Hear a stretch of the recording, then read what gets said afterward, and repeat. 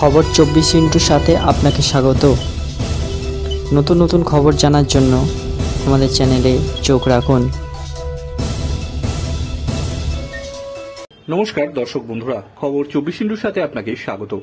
অভিনয়ের পর এবার রাজনীতির ময়দানে নেমেছেন বলিউড অভিনেত্রী কঙ্গনা।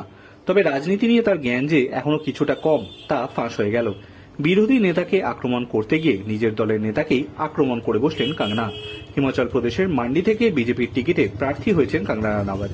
নির্বাচনী প্রচারে বেরিয়ে তিনি কংগ্রেস সহ বিরোধী দলগুলিকে পরিবারবাদ নিয়ে আক্রমণ করতে গিয়েছিলেন, কিন্তু নাম গুলিয়ে যায় দুই তেজস্বীর মধ্যে। আরজেডি নেতা তথা লালু প্রসাদ যাদবের ছোট ছেলে তেজস্বী যাদবকে আক্রমণ করার বদলে কঙ্গনা নিজের দলের সাংসদ তেজস্বী সূর্যকে আক্রমণ করে বসেন, আর এতেই ওঠে হাসির ঝড়।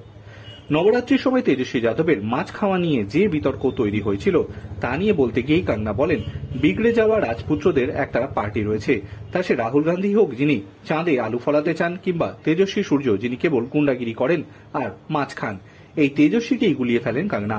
আরজেডি নেতার বদলে তিনি বিজেপির সাংসদ তথা এবারের বেঙ্গালুরু দক্ষিণের প্রার্থী তেজস্বী সূর্যর নাম নিয়ে ফেললেন। এদিকে গোটা ঘটনায় মজা পেয়েছেন তেজস্বী যাদব। তিনি কঙ্গনার ভিডিও পোস্ট করে লিখেছেন, কন ইয়ার ইয়ে মহতারমা। ব্যুরো রিপোর্ট, খবর 24/7।